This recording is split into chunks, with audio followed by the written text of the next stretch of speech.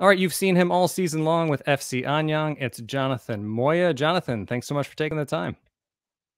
Thank you. Thank you very much. Hello. I'm very happy that you're wearing a sleeveless shirt for this interview because I want to start with something that you've been doing quite a bit this year, which is celebrating goals.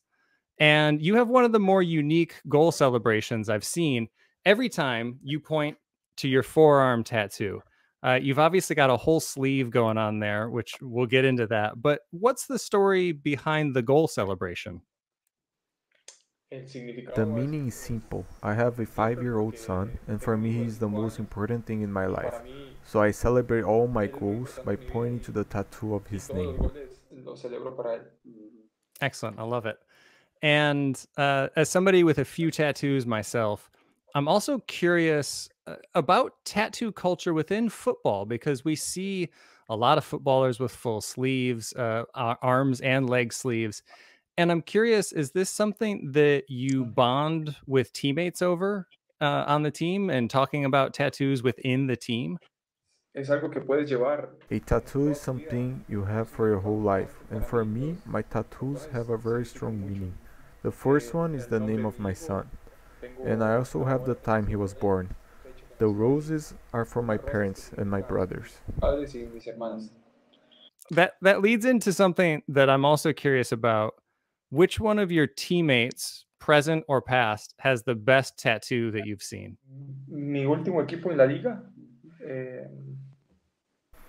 My last team in the league had 3 players with beautiful tattoos. Especially Fernando and Brian Ruiz have great tattoos, but mine are the best. Brian Ruiz. Y el mío. Yeah, it's got to be, right? That leads into, and you don't have to answer this one, but I've got to ask, who's had the worst tattoo that you've seen? Oh, no.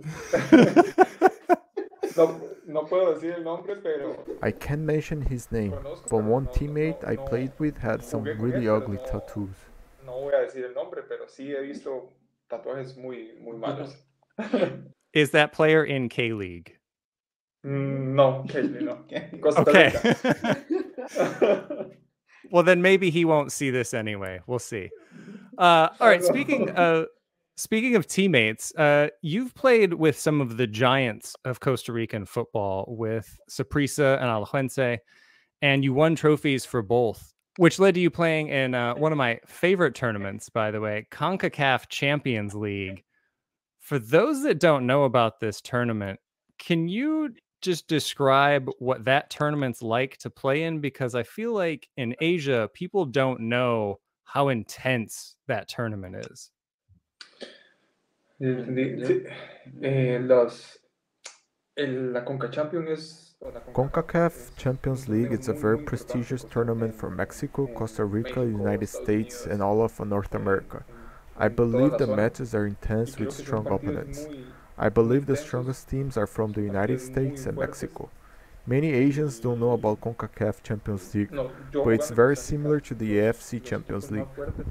de acá de Asia. Entonces es un torneo muy importante. And having that experience, how much has playing at that high level and winning titles and achieving that much on the other side of the world, how much has that played into your time with FC Anyang and kind of bringing that winning mentality with you? Creo que en Costa Rica hice las cosas muy bien. Salí campeón de. I believe I achieved great things in Costa Rica.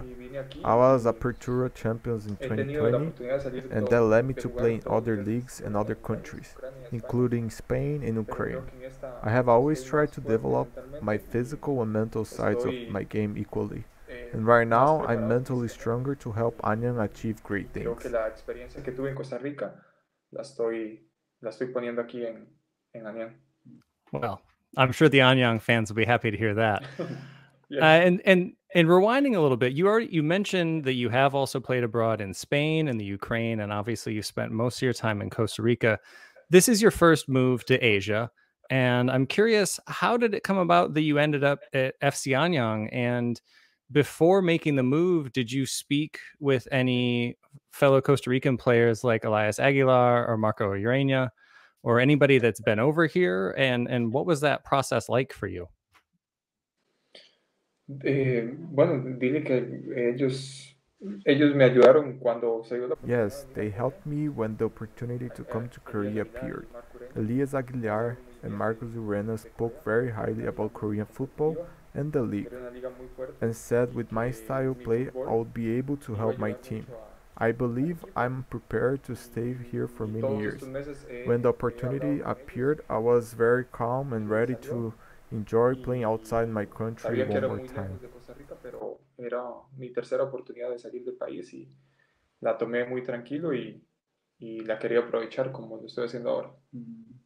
Yeah, that's a really good point. A lot of players take almost half a season to get going, and that really has not been the case for you. We're at the business end of the season right now, and things are going quite well for you personally and for the team. You are second in the Golden Boot race right now, and the team, surprisingly, based on preseason expectations, the team is chasing the title right now. What's brought about this success this season, both for you personally and scoring as many goals as you have? And I know you weren't here before, but what is the atmosphere like in the team? Because this is really exciting for FC Anyang this season, and it's an unexpected title push. So what's clicking for you, and what's clicking for the team right now? Que estoy muy contento por la adaptación que tengo aquí. I'm very glad how things are going for me here overall, and my goals too. I'm the top scorer of my team and second in the league. Of course I want to score many goals, but the most important thing right now is to help my team win promotion. We are so close to getting promoted, and it will be a great thing in my career to play the first division with Anyang and be the top scorer. Sería muy importante, una felicidad enorme quedar campeón y quedar campeón goleador. Is FC Anyang going to win promotion this season? Yes. Excellent. Outright title, or are you going to be in that playoff? No, podemos ascender directo. Creo que No, we can go straight to the first division. My team is extremely ready to get this promotion, and my mentality is now on making the playoffs. It's on the title. I'm a Jeonnam Dragons fan, so you're breaking my heart a little bit here.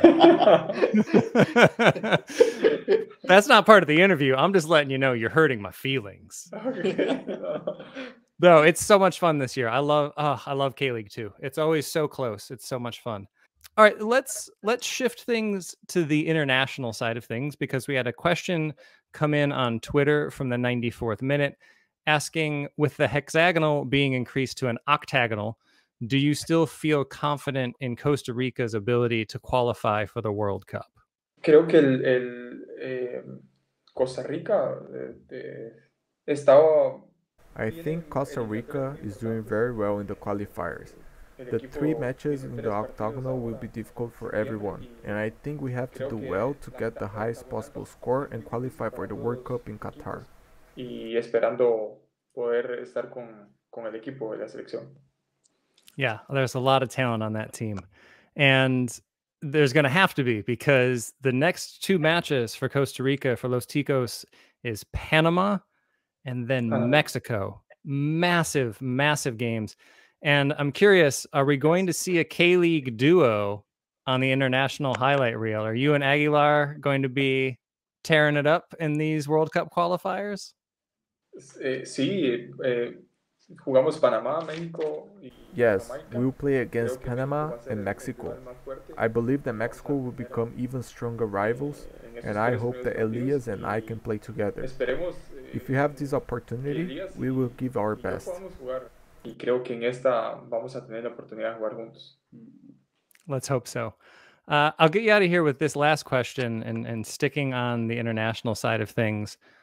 What does it mean? And again, I'm saying this because as somebody from North America, I know a little bit more about CONCACAF, but what does it mean to play against a team like Mexico, a country like Mexico? What does it mean to be in that game? And this isn't to take away from Costa Rica and the history there, but have you been in the Azteca, for example, and what is it like to be in these situations? La rivalidad México-Costa Rica siempre ha estado. The rivalry between Mexico and Costa Rica has always existed since I was a child. There has always been this rivalry, I believe. They are two very strong countries, and people from other parts of the world, especially here in Korea, do not know about this rivalry. The game against Mexico in the Azteca is a very impressive environment, with people screaming, throwing objects, and so on. Imagine 80,000 to 90,000 people screaming and throwing things at you. Mexico vs Costa Rica has always been a game that will get that kind of attention. Entonces, México-Costa Rica es un partido que siempre va a llamar la atención. Well, as an American, I'm always rooting for teams to beat Mexico. So best of luck, and best of luck to you for the rest of the K-League season. Thanks so much for taking the time today. No, thank you so much.